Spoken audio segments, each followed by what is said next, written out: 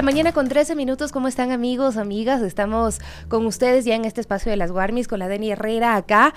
Pues luego de este corte de luz tan abrupto que nos sorprendió sin duda, por suerte nosotros tenemos incluso una planta, ¿no?, que nos permite superar ese tema, pero obviamente generó algunas dificultades, sobre todo en la transmisión en redes, que se cortó y hemos tenido que reiniciar la transmisión en plena entrevista con la candidata de la Revolución Ciudadana, Luisa González, pero bueno, aquí estamos. Hola, mi Sofi, buen día con todos y todas. Sí, y suena, estamos con la planta, aún suena un poquito fuerte o es del aire, bueno, no sé. Pero la verdad que sí llama la atención porque justo con Sofía hablábamos a ver si hay un comunicado o algo, porque ¿no? Justamente este área y el sector específico donde está ubicada la infraestructura de la radio sufrió este corte de energía. No tenemos una explicación aún, así que también disculparnos con toda nuestra audiencia de Radio Pichincha porque estuvieron escribiendo en las redes sociales y también en los chats que hay de difusión de información, y eso fue el problema. Y también en la FM estamos ya al aire, se ha podido subsanar esto, pero bueno, si nos llamaba la atención, al menos a mí, porque digo, esto nunca pasa. No recuerdo que pasa regularmente. Que nos pasa bastante. Obviamente cuando hay paro o coberturas así especiales. Uno se prepara, ¿no? Pero no, en esto no. La verdad es que sí sorprendió. El Carlitos nos dice hasta las 10 nos vamos a mantener con nuestra planta por precaución, para ver si es que nos cortan de nuevo, qué será. Pero bueno, de todos modos, lo digo, acá nosotros tenemos nuestra planta y no hay ninguna circunstancia que sea de urgencia, pero el fin de semana nuestra compañera Dianita Dávila nos recordaba que hicieron un corte de luz no programado, o por lo menos sorpresivo para las autoridades del IES, en este caso del Hospital Carlos Andrade Marín, que estuvieron sin luz en el HCAM. Y esto es mucho más grave sin duda, ¿no? Estuvieron sin luz, con linternas, los médicos. ¿Imaginan ustedes cómo estaban en las áreas más críticas del hospital? Niños y niñas sin poder ser atendidos de forma adecuada. Parece que no fue tan largo, sin embargo, los padres y madres que estaban ahí estuvieron desesperados, entre ellos nuestra compañera Dianita, que también pues les enviamos nuestra solidaridad, nuestro abrazo a su pequeña Emma, que ya se está también recuperando, pero en una situación muy compleja, porque tú llegas a un hospital, tú esperas a uno de los hospitales más importantes del país, hay que decirlo, el Hospital Carlos Andrade Marín, y resulta que no tienen luz, que no tienen agua. Y que si no tienes tu celular cargado, no puedes trabajar, porque ¡qué lo locura! Que contaba la Dianita era que estaban utilizando sus linternas para poder ver. Es además unas condiciones no solo de vulneración a las personas que van a atenderse, que pagan además un servicio de salud pública, sino también para los trabajadores. Claro. Porque en estas condiciones, ¿qué profesional puede resistir, no? Evidentemente tienes que dar de comer a tu familia, etcétera, pero la carga no solo física, emocional, de tener que cargarte doblemente la responsabilidad de que si a un paciente le pasa algo es porque vos tal vez no tuviste carga en tu celular porque se fue la luz y no tenías cómo atenderlo. No, esto sí es una locura, y de verdad este es uno de los factores que ha hecho que personal, por ejemplo, que tenía la edad para jubilarse, pero quería quedarse un poco más, desistiera y diga, no puedo con esto. Personal de salud que intenta ayudar con los recursos que tiene, porque los profesionales son muy buenos, eso hay que decirlo, eso no se puede ignorar ni se puede dejar de lado. Sin embargo, lo que ocurre con la falta de recursos y a veces con estas improvisaciones, porque significa que la planta no funcionaba bien, porque te vieron, si es que había algo programado, que luego la empresa eléctrica de Quito contestó que había un arreglo programado, bueno, tenían que haber previsto encender la planta antes de que se vaya el tema de la luz, ¿no? Bueno, ese es un tema, y lo digo, a nosotros se nos fue así, sin previo aviso la luz, pero acá no hay ninguna circunstancia que no se pueda solventar. En un hospital sí, y eso es sumamente grave. Lo otro es que vamos a repasar lo que ha ocurrido en Los Ríos, ¿no? En pleno estado de excepción, con toque de queda, hay reportes de un ataque a la vivienda de la gobernadora de Los Ríos, Connie Jiménez. 4 sujetos en moto dispararon al inmueble la madrugada de este lunes, aunque a uno se le ve que pues ni siquiera alcanza a disparar, que tiene problemas con el arma. Es realmente horrible ver esas imágenes, ¿no?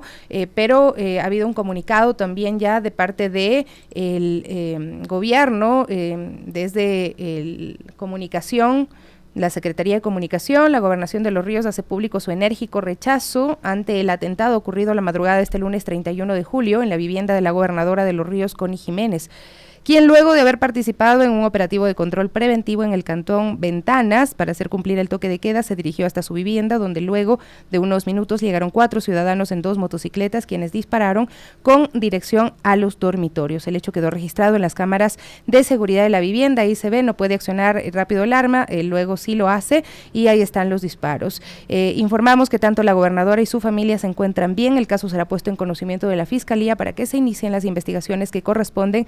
Condenamos estos hechos de violencia que solo dejan entrever, dicen ellos, que están haciendo su trabajo sin tregua a la delincuencia. Bueno, de eso se convencen, ¿no? Que están haciendo bien su trabajo. Leía comentarios en redes sociales por este video que se ve que la persona como que no puede utilizar bien su arma, y leía que la cuestionaban precisamente a la gobernadora de decir que sí podría ser un autoatentado. Y lo traigo esto a colación, Sofi, porque evidentemente esa sería la manera tradicional que podríamos reflexionar sobre eso.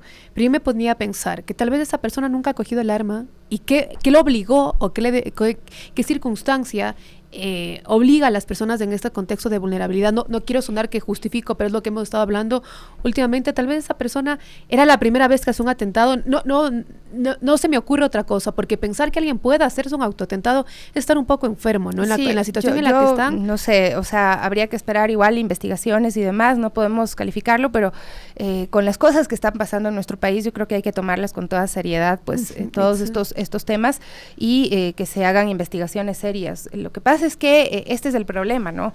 Que el gobierno en este mismo comunicado dice que están haciendo bien su trabajo. ¿Cómo están haciendo bien su trabajo cuando hay matanzas todo el tiempo, cuando en el malecón en Guayaquil pues hay balacera con personas fallecidas, con víctimas, cuando la gente tiene terror? ¿Cómo creen que pueden decirnos que están haciendo bien su trabajo? Y luego estas imágenes que a mí me parecen sumamente dolorosas. Un niño junto a 2 delincuentes asaltaron al chofer de un bus de transporte urbano.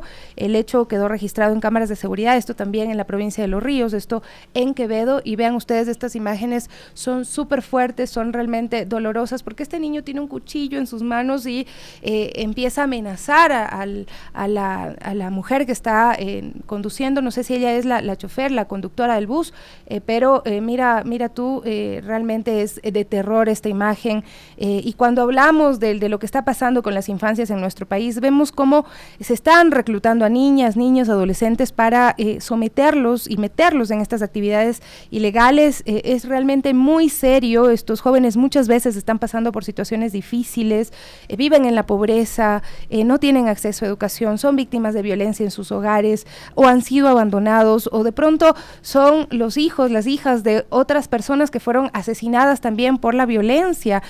Todo esto nos hace pues más propensos, o los hace más propensos a caer en manos de grupos criminales que se aprovechan de esta realidad, de este dolor que también tienen los niños, que a veces son también sometidos a consumo de droga a temprana edad, y es terrorífico. Esto nos debería doler a todos y todas, no para decir mano dura con los niños, con las niñas, sino protejamos a los niños, a las niñas, ¿no? Las autoridades tienen que ponerse las pilas para evitar que los niños sean reclutados por criminales, protegerla a ellos, a los que han intentado salir, ¿no? Pensar en que se debe aplicar un programa de rehabilitación, porque lastimosamente hay que decirlo también, los centros de retención de adolescentes infractores no son centros de rehabilitación, al igual que no lo es ninguna de las áreas ni de las etapas del sistema carcelario, del sistema de prisiones que tiene nuestro país. No hay tal rehabilitación, y tampoco se pues toma en cuenta las causas de esta violencia para resolverlas. Es una locura completa, Sofi, ver esas imágenes,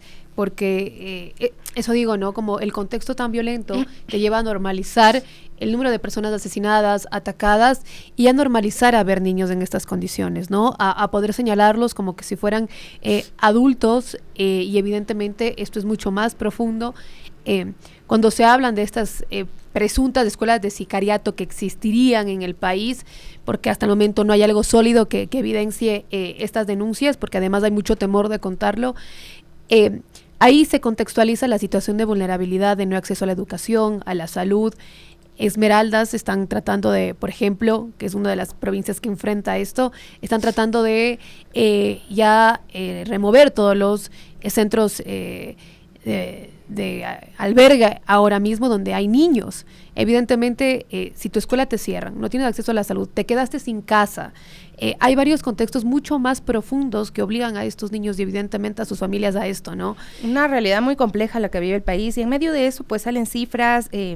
Revisábamos con Denny lo que dice Fernando Bastía Roballo sobre un informe policial sobre la situación del narcotráfico, y reconoce que cada pabellón a la semana genera $70,000 como resultado de la venta de drogas, de las extorsiones a familiares. El Estado conoce el impacto de la crisis carcelaria en familiares. Esto también porque muchas veces se dice, tienen que trabajar los privados de la libertad, y claro, lo hacen, están sometidos a una circunstancia de trabajo forzado, de explotación al momento en que ingresan a las cárceles, porque tienen que sobrevivir, tienen que pagar cada una de las cosas y los servicios que ocupan, y son las familias también las que se ven obligadas a buscar dinero de donde sea, incluso de pronto a seguir este círculo de la violencia criminal para poder obtener recursos para quienes están dentro de las cárceles, porque esto está ocurriendo y imagínate, cada pabellón $70,000 a la semana. Este es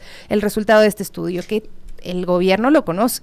Y esto de las extorsiones de las familias, que son las pocas que pueden denunciar, que tienen ahora tal vez la valentía de hacerlo, porque evidentemente esto también se genera una situación de persecución, de amenazas, de que ya de por sí tienen una situación muy jodida, y luego les obligan básicamente a sacar el dinero de donde sea para que no lo asesinen a la persona que está detenida, o incluso a sus propios familiares. Es grave, es gravísimo. Es además doloroso ver todo lo que está pasando en el país, y pensar además que el día de ayer fue el día contra la trata de personas, el día mundial. La trata de personas es un delito grave que involucra la explotación y la violación de los derechos humanos. Se ejerce mediante el uso de la fuerza, el engaño, la coerción o cualquier otra forma de violencia con el propósito de explotarlas, de explotarlos. Ahí hay una alerta. Si usted conoce de algún caso, puede denunciar de manera anónima al 1-800 delito, 1-800-33-54-86, o al Servicio Integrado de Seguridad de EQ911. El problema es la confianza que uno tiene en estos sistemas, porque para hacer una denuncia de este tipo, así sea anónima, uno tiene que tener la confianza, la certeza de que van a actuar, de que van a creerte y de que no te vas a poner en vulnerabilidad también al momento de denunciar. Y eso quizá es una de las dudas tremendas que tenemos hoy en nuestro país, porque denuncias hay por miles, pero muy pocas son tomadas en serio. Ecuador es uno de los países en Latinoamérica que enfrenta esta realidad. Hay datos de la Unidad Nacional de Investigación contra la Trata de Personas y Tráfico Ilícito del Migrante de la Policía Nacional, y entre el 2019 y el 2022 se registraron 475 víctimas de trata de personas, en su mayoría en el rango etario entre 19 a 29 años. Esta es la campaña que también hablaba la Defensoría del Pueblo.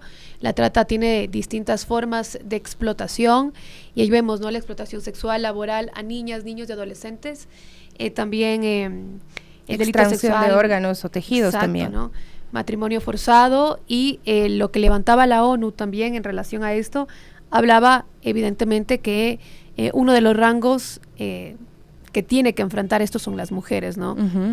Hay un porcentaje alto, casi el 50%, de mujeres y niñas. Así es, esta es la imagen, ¿no? Muestra la proporción de víctimas de trata detectadas por grupo de sexo en el mundo entero, ¿no? Y estamos hablando que existe datos como el 66% de las víctimas de trata de personas identificadas desde 2006 en países de América Latina son mujeres, el 13% niñas, 12% hombres y 9% niños. Se estima en 2.5 millones el número de personas víctimas de trata. Sin embargo, se calcula que por cada víctima de trata, personas identificadas, existe 20 más sin identificar.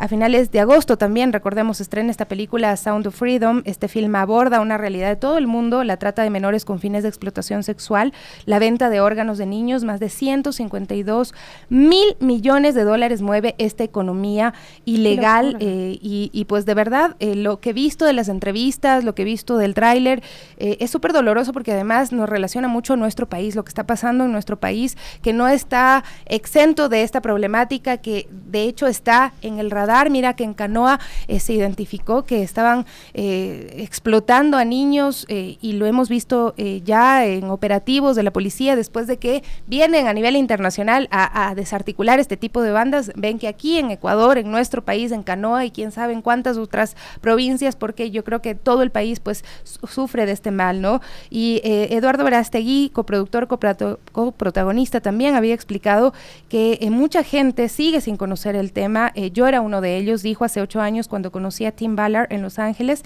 y me contó lo que él hace, viaja por diferentes países de todo el mundo con un grupo de ex Navy SEAL, ex agentes militares, ex agentes de la CIA y del FBI de encubierto a rescatar niños de la explotación sexual.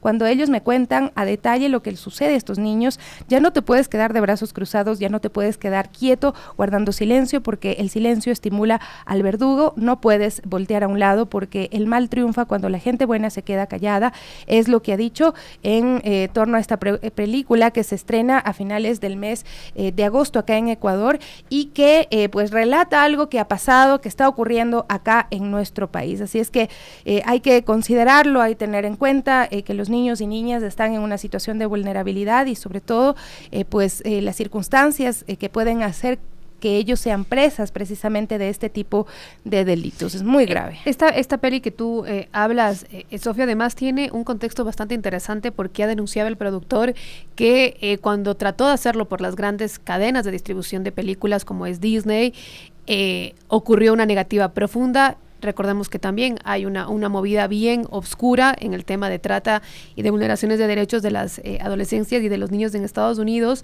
y por eso él también hacía este hincapié de lanzamiento que vienen temas, por ejemplo, como Barbie, etcétera, y estas películas más que responden también a un interés de silenciar a este tipo de denuncias. Es loquísimo lo que él hablaba, además de cómo le costó poder publicar, así que... Así es, pero ha tenido mucha publicidad de parte de quienes han visto el tráiler, de quienes reconocen esta problemática y lo han difundido de forma orgánica, ¿no? De hecho, hay una preventa de la película súper importante. Vamos a hacer una pausa, amigos, para regresar a conversar también sobre las infancias, en este caso sobre la desnutrición infantil crónica. Ya volvemos.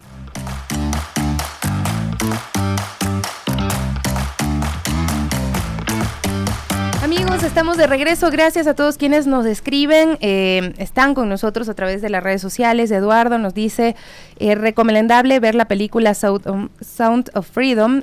También Silvia A, nuestros niños en manos de los criminales para sobrevivir, qué terrible. Antonio Hidalgo también, sospechoso corte de energía eléctrica. Nelson Montoya, Nelson lo conocí en el Cometazo, qué bueno poder darle un abrazo, saludarlo. Buenos días, Warmis, Denise y Sofía, que tengan una linda semana de buena información. Saludos. Luis Guerra también, saludos, nos dice buenos días, recordándonos que faltan pocos días para las elecciones ya. ¿Qué más? Bueno, esos algunos de los mensajitos que alcanzo a leer por acá. Vamos a saludar, mi Dani, a nuestra invitada. Estamos para darle la bienvenida a Salomé Torres, ella es especialista en comunicación de World Vision. Vamos a hablar sobre el impacto de la desnutrición infantil, debo decir, crónica en el Ecuador, y que bueno, fue una de las propuestas también de campaña del presidente saliente Guillermo Lasso, que iba... Bueno, todas las autoridades hablan del tema, pero luego las acciones son en realidad muy pocas, o por lo menos no hemos visto todavía el impacto. ¿Cómo está, Salomé? Muy buenos días, gracias por acompañarnos. Hola, Sofía y Denise, muy buenos días, mucho gusto, gracias. Bueno, estamos hablando de desnutrición infantil crónica en Ecuador. Quisiera que nos hagas un contexto para que se entienda. Hoy estamos como consternados porque hemos hablado de muchos temas que impactan a las infancias y este es uno de ellos, ¿no? Algo que debería ser prevenible, algo en lo que podríamos tener impacto directo, pues todos como sociedad, pero principalmente el Estado. Claro que sí. Bueno, les comento que a nivel nacional el 27,2% de niños menores de 2 años son diagnosticados con desnutrición crónica infantil. Esto es súper grave, ya que los primeros 1000 días de vida son los determinantes en la formación del cerebro de niñas y niños. Entonces, el cuidado que nosotros tengamos durante este periodo va a determinar cómo el niño se va a desarrollar, la calidad de relaciones que va a tener, la calidad de aprendizaje y en sí también su talla y su peso, ¿no? Que siempre debería ser el adecuado Sin embargo, vemos que no sucede de esta manera. Una de las provincias donde más incidencia de desnutrición tenemos es en Chimborazo, donde 4 de cada 10 niños aproximadamente tienen desnutrición crónica infantil. Esto supera la media de muchos países que viven en conflictos armados, que tienen muy altos índices de pobreza, como es Afganistán, Nigeria, Malawi. Entonces estamos sobre la media de estos países y esto nos hace uno de los países con las tasas más altas de desnutrición infantil en todo el continente, en América Latina y el Caribe. La verdad que escuchar que ocupamos un lugar importante en el mundo, pero no por algo positivo, sino negativo. Salomé, ¿cómo se está combatiendo? ¿Qué pasa en la lectura de Ecuador, conociendo la situación tan difícil que estamos atravesando, donde escuchamos que los niños están involucrados en cualquier otra cosa menos en poder garantizar sus derechos? Claro que sí. Bueno, una de las claves y en las que estamos trabajando como World Vision y con muchos socios y aliados a nivel nacional es la prevención, porque esto nos permite nos da una ventana de oportunidad para poder actuar sobre la vida del niño o la niña. Entonces, lo que nosotros hacemos y lo que estamos proponiendo son unas caravanas médicas que pueden un poco diagnosticar cuando niñas y niños tienen desnutrición crónica, pero no solo eso, sino también otras afecciones que se vuelven un poco diarias, como por ejemplo afectaciones oculares o infecciones de la piel, que parecerían un mal menor, sin embargo afecta la calidad de vida de las niñas y niños.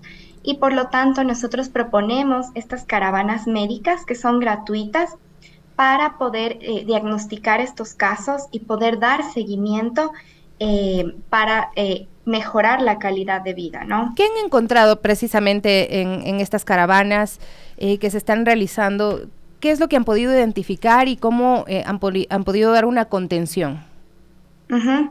Bueno, el sábado 29 de julio realizamos nuestra más reciente jornada médica Caravana de la Ternura, donde atendimos a 112 niñas y niños.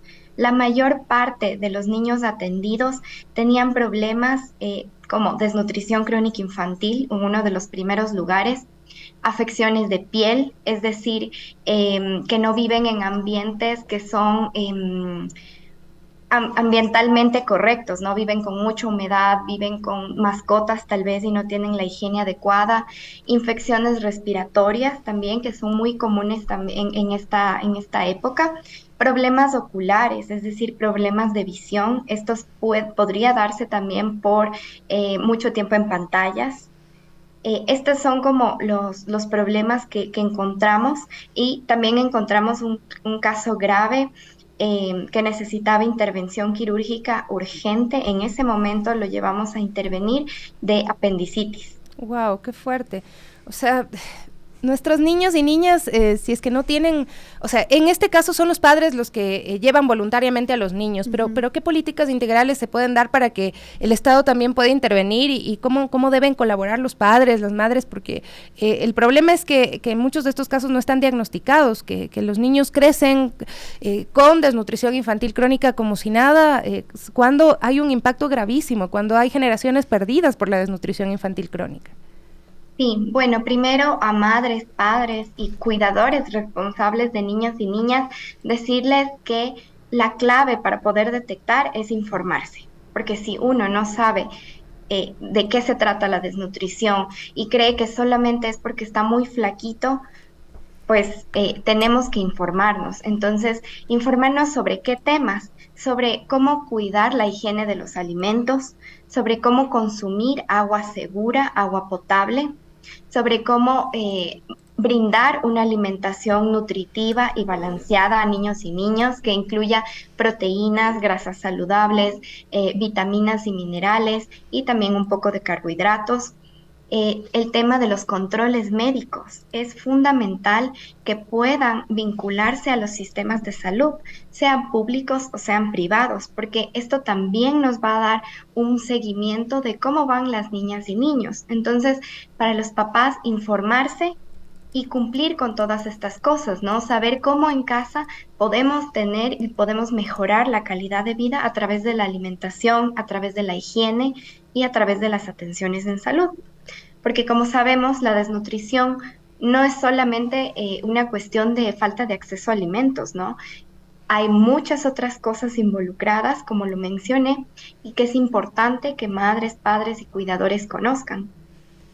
Ahora, en cuanto a las instituciones del Estado, socios, hemos estado articulando el trabajo. El Ministerio de Salud está presente también en nuestros esfuerzos por prevenir la desnutrición crónica y debemos continuar haciéndolo.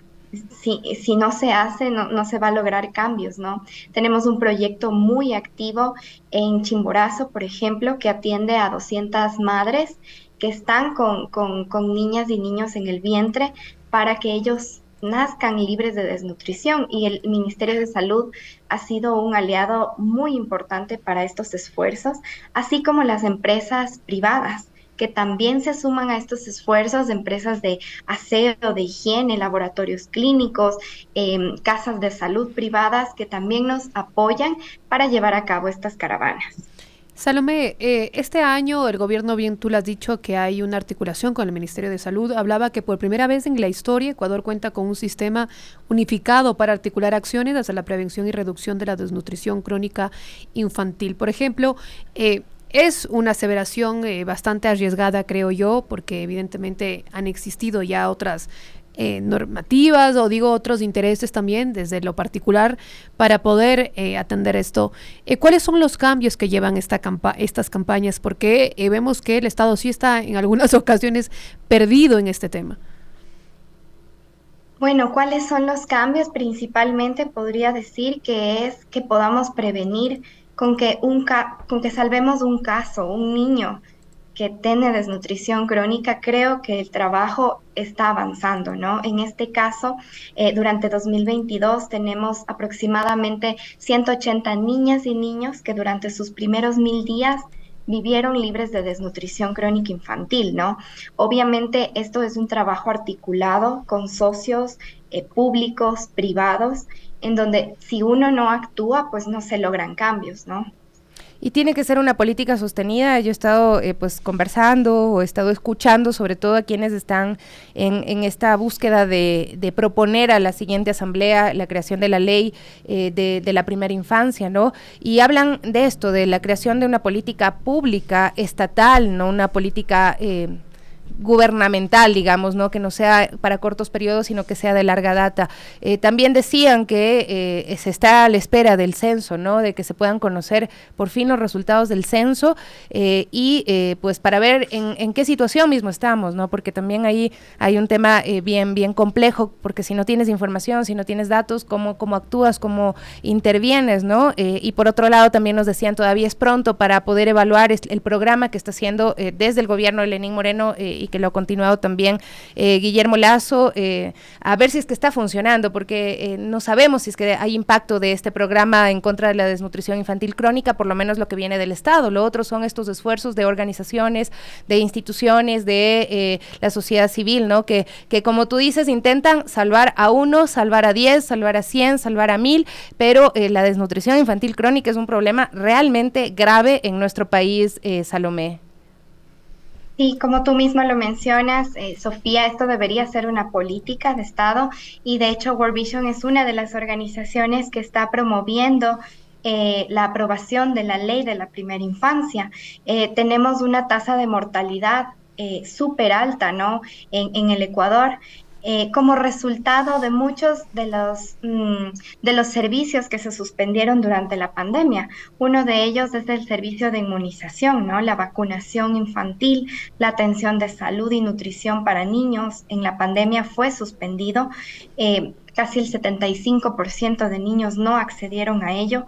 Entonces, tenemos un poco también el rezago de esas consecuencias y de lo que fue la pandemia, ¿no? Y lo que nos da una tasa de mortalidad súper alta.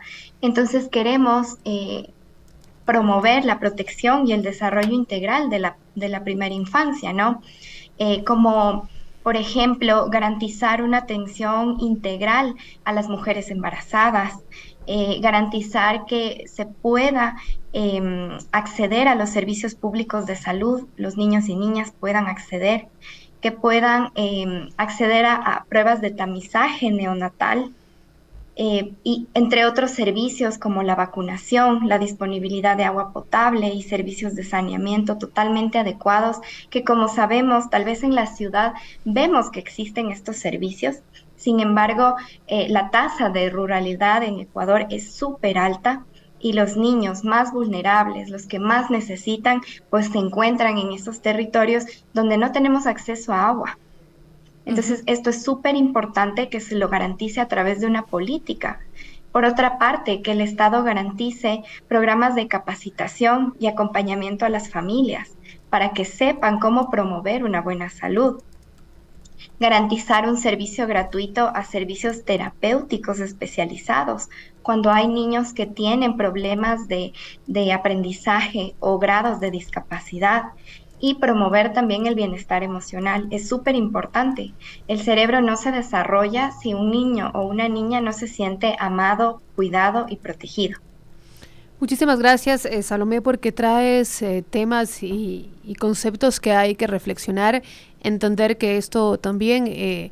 Finalmente, la información es un privilegio, porque no a todos los sectores tienen las herramientas para estar informados mientras sobreviven en el Ecuador. Muchísimas gracias, Salomé. Solo para agregar algo, aquí lo que teníamos en la encuesta nacional de salud y nutrición, la desnutrición crónica infantil afectaba al 27,2% de menores de 2 años en Ecuador, esto hasta el 2018. Ojalá también sea... una prioridad para el INEC podernos dar datos, porque si no es muy difícil, ¿no? Y bueno, el Ministerio de Salud, las instituciones que están a cargo. Salomé, muchísimas gracias. Yo siempre digo, no es solo dinero, pero yo repito que la crianza respetuosa, la crianza responsable, hay que mirarla también en términos de la desigualdad, de las brechas de desigualdad que se viven en nuestro país, porque no es lo mismo maternar con una cuenta de dólares, con una cuenta bancaria, con los dólares suficientes para poder proveerle salud, educación, para poder garantizar un cuidado adecuado, no dejarle con la hija mayor, sino con alguien que realmente pueda, o en un centro infantil donde realmente puedan atenderlo. No es lo mismo que alguien que tiene que sobrevivir y que tiene que trabajar desde las 6 de la mañana y llega quizá a las 10 de la noche a ver a su guagua de 1 o 2 años, no es lo mismo. Entonces también hay que mirarlo desde ese punto de vista. La desigualdad afecta en todos los ámbitos y también en esta crianza respetuosa, esta crianza responsable que tanto se pregona hoy en día. Muchas gracias, Salomé, un abrazo fuerte. Sí es, muchas gracias, Sofía y Denise, por el espacio. Un buen día. Igual, un buen día. Chao, chao. Bueno, hablábamos con Salomé sobre este tema y realmente quisiera que todos lo reflexionemos. Salomé Torres es especialista de comunicación de World Vision. 9:48. Hoy hemos estado hablando de las infancias y mira, yo te quiero contar, Deni, un caso que a mí me impactó muchísimo. Ayer pude hablar con un familiar de esta niña que está en Orellana, tiene tan solo 12 años y a sus cortos 12 años ya ha sido violada y hoy por hoy está desaparecida. Esta niña, como ustedes ven, se llama Samantha Vivanco Molina y Samantha está desaparecida desde el 25 de julio de 2023. Desde esa fecha está desaparecida. Desaparece 2 días antes de la audiencia por el caso de violación que habían denunciado sus padres. Ella tiene apenas 12 años. Ayer pude hablar con un familiar y nos decía lo que escribió en Twitter, Dani, que ahí pues para revisarlo dice 7 días, ya son 8 días sin saber nada de su sobrina. La policía nos pregunta, si sabemos algo, en vez de ellos darnos información. Ella fue víctima de una violación en principios de año. El violador cayó, dice la fiscalía lo retuvo, un juez lo dejó libre. Seguimos con el juicio y a 2 días de la audiencia está huido desapareció. El agresor. Sí, aparentemente sí está huido. Pero lo que me pareció a mí raro y espeluznante es que hubo una flagrancia y el juez, en una flagrancia, ¿cómo deja? Con las pruebas ahí, o sea, la flagrancia es que te cojan con las manos en la masa, o sea, ahí, y no hicieron nada, lo dejaron ir a este sujeto. La fiscalía además dice de Orellana, esto sucede en la Amazonía, que tiene una realidad también muy compleja con el tema de la violencia, cómo la aborda, cómo trata los casos de violencia, porque muchas veces creen que las niñas pues deben estar disponibles para los adultos, ¿no? La Fiscalía nos pidió que no difundamos imágenes del agresor, que no sigamos la denuncia. ¿Por qué?, se preguntan los familiares. ¿Acaso están del lado del agresor? La Fiscalía tuvo que darle protección a una menor, tuvo que haberla puesto en un sistema de protección de víctimas y testigos. Al contrario, sembraron miedo en nuestra familia para que no formulemos los cargos y no difundamos las imágenes del agresor. ¿Hasta cuándo esta justicia corrupta que favorece a un agresor sexual en vez de una menor? Hubo pruebas positivas, se lo detuvo en flagrancia el agresor, 2 horas después estuvo libre. Busqué, dice también él, el familiar, busqué ayuda con varios activistas, políticos, abogados, colectivos y nadie me la dio. Esto hasta que ocurra después esta desaparición de esta niña, es decir, estamos hablando desde enero que esta menor ha estado en riesgo y desaparece. Hay imágenes, me contaba, que se la ve que la suben a un bus, él intenta bajarse y una mujer pues como que la retiene, ¿no? Entonces, mira lo grave que es la situación de la violencia en nuestro país. No se siguen los protocolos, se revictimiza, se presume que una menor de 12 años quiso voluntariamente estar con un tipo de 20 años, cuando hay evidencias de que pues hay, primero que es una violación, ¿no? Que según nuestra ley, esto es una violación. ¿No? O sea, es una niña, esto es un delito. Y lo otro es que hay evidencias de que fue forzada la niña, de que fue amenazada y aún así lo dejaron. Por ejemplo, algo que vos dices, Sofi, que es crucial, las amenazas que tienen los familiares de las víctimas de abuso sexual o las víctimas de violencia de género en el país, de femicidio, es que evidentemente cuando uno toma ya la valentía de denunciar, que ya de por sí es un proceso revictimizante, porque tendrías que tener una justicia que tenga los protocolos de prevención primero para no llegar a esta instancia y luego sí avanzar con un sistema de protección de derechos de mujeres y de las infancias y de la niñez, hablan de no publicar la foto del agresor. Evidentemente hay protocolos avalados por la CIDH en el tema de personas relacionadas con delitos y no tener una sentencia, pero no significa que tú no puedas mostrar directamente su cara, no, pero sí más o menos como el cuerpo, etcétera, porque estamos acostumbradas a ver las caras de las víctimas, que ya es un proceso aún más revictimizante, más que las personas que son acusadas. Y mira, hay un ejercicio ahí súper importante de cómo seguir narrando esto, porque así amedrantan, te hace sentir ya más culpable a pesar de ser víctima de que vos denuncies. Es una locura. Es un sistema revictimizante, encubridor, un horror cotidiano, nos dice Giovanna también, y pues ella que está en la Amazonía, que ha tenido redes de apoyo con mujeres de la Amazonía, sabe de lo que estamos hablando, ¿no? ¿Cuántos femicidios no se han vendido como suicidios? Y lo que ha ocurrido realmente después de que se hacen las autopsias es que fueron envenenadas las mujeres, ¿no? Y se quieren pasar como suicidios o se quieren pasar como muertes naturales, y esto no puede seguir. El sistema integral de protección a las mujeres tiene, y a las niñas, por Dios, estamos hablando de una niña de 12 años, tiene que estar en todo el país con la misma fuerza. No pueden existir estos fiscales que no tengan una visión de género que están tratando estos casos.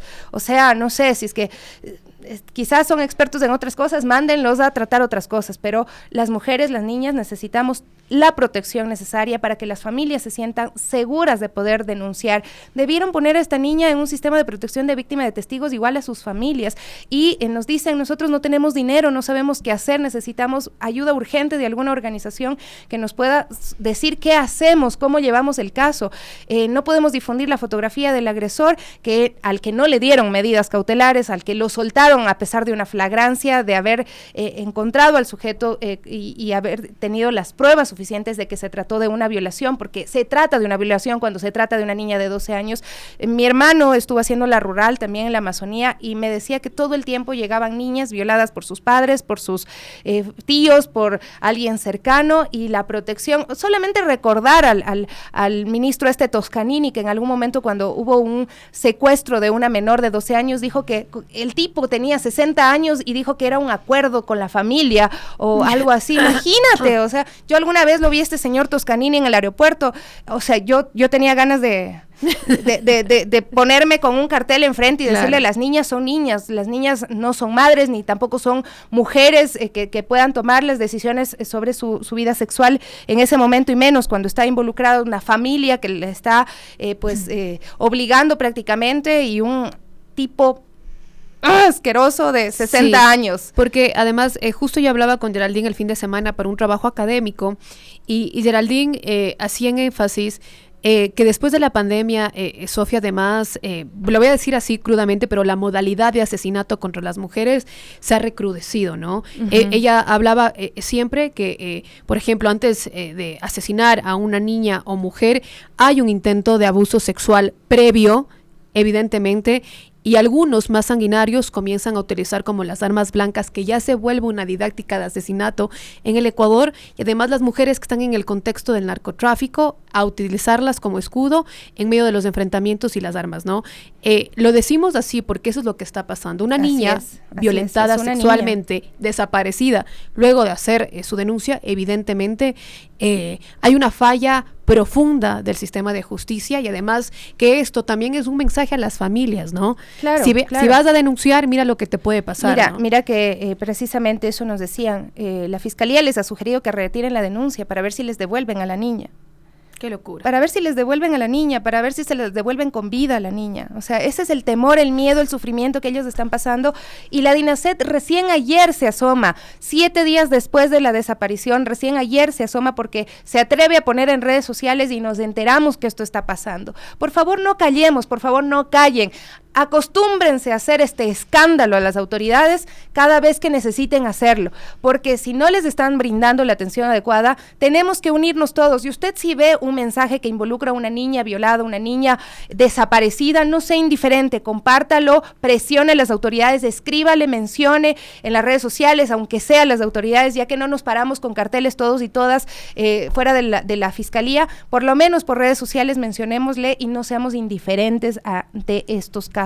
Por favor, porque pueden ser nuestras hijas, porque pueden ser sus sobrinas, porque pueden ser sus sobrinos. Hay niñas, niños que están sufriendo temas de abuso sexual todo el tiempo en nuestro país, así es que por favor, amigos, amigas, no seamos indiferentes con estos casos, no cerremos los ojos ante esta realidad y pues dialoguémoslo también en casa y tratémoslo como es, ¿no? Como violencia, que no es permitida, que no es tolerable bajo ninguna circunstancia. ¿Sabes, Sofi, solo algo como para agregar que recuerdo ahora mismo? El fin de semana estuve en un taller con mujeres de asfalto y escuchaba a todas estas mujeres afrodescendientes hablar sobre la importancia también del territorio, ¿no? Y cómo la violencia sigue movilizando obligatoriamente a las mujeres, y varias de las reflexiones y lo que ellas buscan son maneras de liberarse económicamente, que evidentemente desde el conocimiento y la educación y de lo que pueden hacer.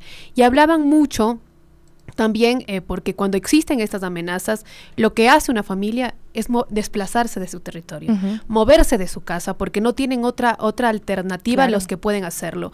Y evidentemente la violencia, aunque las autoridades piensen que es exageración de las mujeres, porque no lo es, porque siguen existiendo este tipo de denunciados, la violencia además te obliga a despojarte de tu identidad territorial, que es algo súper grave. O sea, escuchar este tipo, porque evidentemente para que una mujer que sufre violencia se quede en su casa, luego de esto es muy difícil. Los familiares tienen que movilizarse, como lo que pasa con los familiares de personas privadas de libertad, que también denuncian estas extorsiones, las mujeres que denuncian violencia, no tan distante de lo que vivíamos precisamente en los últimos casos, ¿no?